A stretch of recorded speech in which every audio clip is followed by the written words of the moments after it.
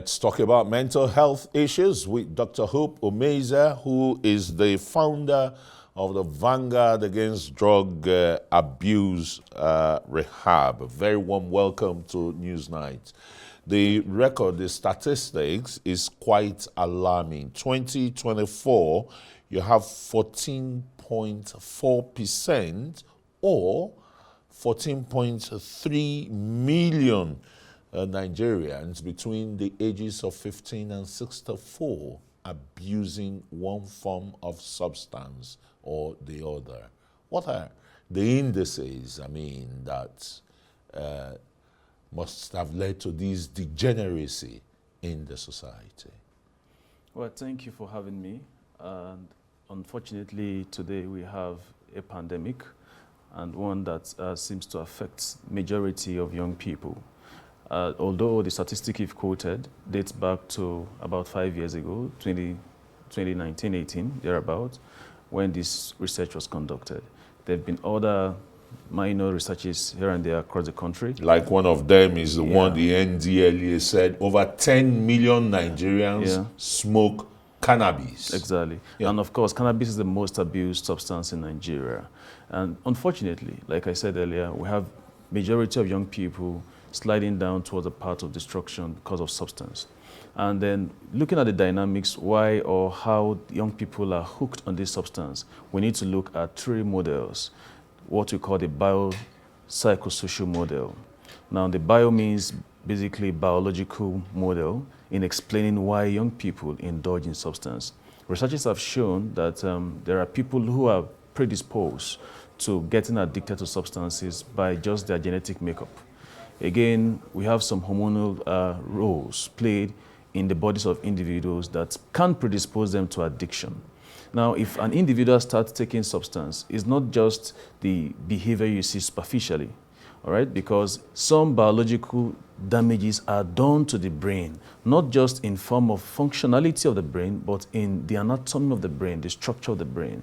These have been researched extensively. And so when you have an individual who suffers drug addiction, it's not just the behavior you're trying to correct. You're looking at a healing process for the brain and the mind of this person who needs to be recovered to sanity.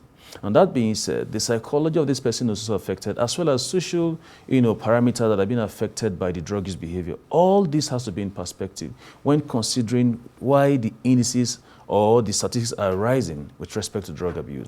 So we need to begin to target intervention programs towards the society, towards awareness for individuals to know the right choices to make. Yeah, very well. And look at another frightening dimension to, substance abuse in Nigeria at the various ports. You see the seizures by the NDLEA. But Africa's drug abuse to hit 40% by 2030, that's according to the United Nations Office for Drug Control. How alarming can this really be? Well, I'm sure that if we don't do what needs to be done, we might even get beyond the statistics that has been projected. Of 40%? Of course, yes. We might even get beyond that projection. Yeah, because again, we must know that the drug use behaviors have been with us. The fact that it's been popularized by the rate of seizures, being carried out by the NDLEA does not mean that it has not been with us. Maybe the NDLEA is getting it right in terms of their tactics in apprehending suppliers. That is on one side of controlling drug use in Nigeria, which is drug supply reduction. Now, if we must stem or reduce or perhaps, remove the pandemic of drug, we must begin to invest towards prevention. Thankfully, the last June 26th was International Day Against Drug Abuse and Illicit Trafficking, and the theme for this year's International Day was invest in prevention.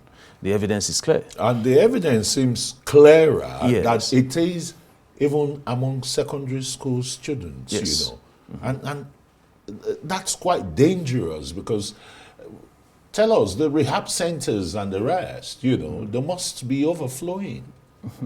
Well, unfortunately, the rehab centers may not be overflowing because it's also expensive to have one treated in a facility if you are looking at best So practices. even with the cheap drugs, I mean, it becomes really expensive to get the person out of it.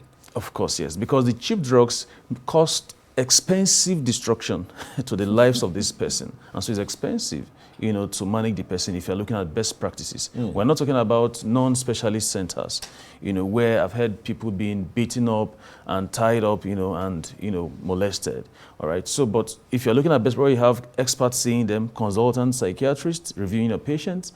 You have clinical psychologists, you have medical doctors. The NHIS doesn't cover this. Well, there's a lot that needs to be done. What kind of social intervention or medical intervention can these people enjoy from the federal government or the state government, Well, I think that most state governors seems to, come up with, development schemes for youths.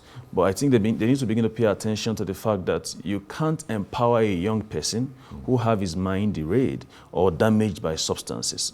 You're going to give him startup kits and he's probably going to sell it off and get his drugs. So we must begin to invest so that they have more social facility to help them assess treatment, to help them assess, packages that can aid their recovery. So I think that that's one way to do. But in terms of the elaborateness of the current social investment that these individuals can benefit from, sincerely, it is very low. And we have many patient relations suffering or even having to milk their hard-earned money to earn treatment for these children. It's not funny and it's not easy on them. So, and again, the government, of course, have rehab centers. And I know that the NDLA are building about 6 in each, one in each political zone. But then, would that be enough with the current rates that we have? So, which is why I say that the way to go is prevention. We must first of all look at ensuring that people don't even get to use drugs. One, and secondly, those who are using the drugs, secondary prevention, they should be treated so that they don't form a market base for the wicked people who peddle these drugs. Because if they have a customer base for their product, they are going to get these products to them. At whatever cost, someone who is addicted will buy the drug at any cost. So which is why it's important. And will go to any length to get the funds to buy. Yeah, so while we are doing supply reduction, the government must begin to pay attention to prevention. Thank you. And let's again look at the statistics, which is not heartwarming at all. Apart from cannabis, which is widely grown in Nigeria, there are other substances, being brought into Nigeria. You hear of Canadian loud, you hear of Ghana loud, Mimri or something like that, that became a big phenomenon in the southeast, may reverse in the north, fueling a lot of criminal activities and the rest. The checks and balances, do you think they are playing out well? Well, not really, because, about 10, 15 years ago, Nigeria was basically a transition country for some of these hard substances. For example, the methamphetamine Imprimiri mentioned, which is interpreted as water seeds in the southeast. Okay, Nigeria was just a transit country. But over the couple of years, we've seen NDLA uncover clandestine laboratories where these substances are being produced in Nigeria. So, so Nigeria is not just being a transition country for some of these substances, but even a manufacturing country for some of these substances. So if you look at the statistics, it's scary. So the government must up their game with supply reduction, but never forget that prevention is key in ensuring it's better than cure. That's the old so apart from being better than cure, it is that if you don't prevent it, the suppliers will go out of their way to enjoy the market that is available to them, which is unfortunately the lives of young people. Not to also say, not to mention that elderly people also suffer drug use behaviors. Yeah, we've seen, the statistics said 15 to 64 years and the rest. We've had to admit very elderly people in our facilities, due to substance abuse. And a lot caused by, social dislocations too. Of course, yes. But you see, again, we're looking at causative factors and predisposing factors. So we must also draw a line of division between these terminologies. So emphasis is not really on curative here. Well, it's on curative. It can be cured, right? But then again, we have to look at what is causing this behavior or these disorders than what is predisposing individuals to them. They are not the same thing. Yeah, like I mentioned earlier, some individuals can be predisposed, can be predisposed to a substance use behavior because of environment. But it's not everybody who is exposed to that environment will use drug. So it means that there's a primary problem that the person is not dealing with, which is the cause of the problem. So what is predisposing is peer pressure. But there are many young people who are exposed to the same peer pressure but not doing drug. Some persons said, family dislocation. But not everybody suffering family dislocation will use drug. So it's important that we must begin to pay attention to social learning for our young people, how to manage them. That's why today our focus at our conference was on the mental health of young people, adolescents. You saw how secondary schools then were there, and it was so amazing. The things that our young people are not just going through a lot, they know a lot. Because the crowd, the audience... Well, it's an internet age, so what do you expect, really? Yeah. Well, I like the kind of hope you're giving, to people caught in that web, and that symbolizes your name. Dr. Hope Omeiza is the Executive Director, Vanguard Against Drug Abuse Rehab Center. Thanks for coming. Thank you very much.